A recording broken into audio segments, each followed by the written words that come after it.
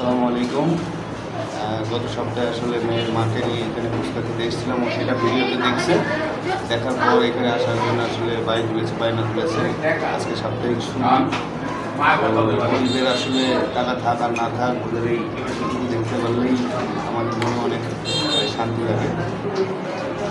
তো ওকে নিয়ে চলে আসলাম ফুচকা খেতে। খাও খাও।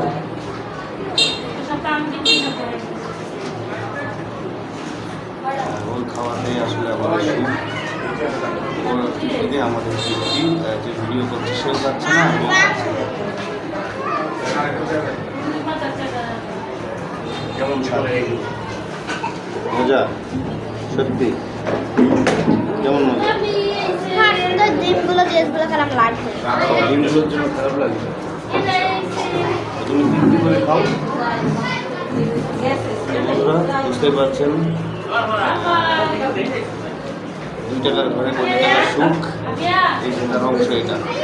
1 টাকা করে 10 কোটি।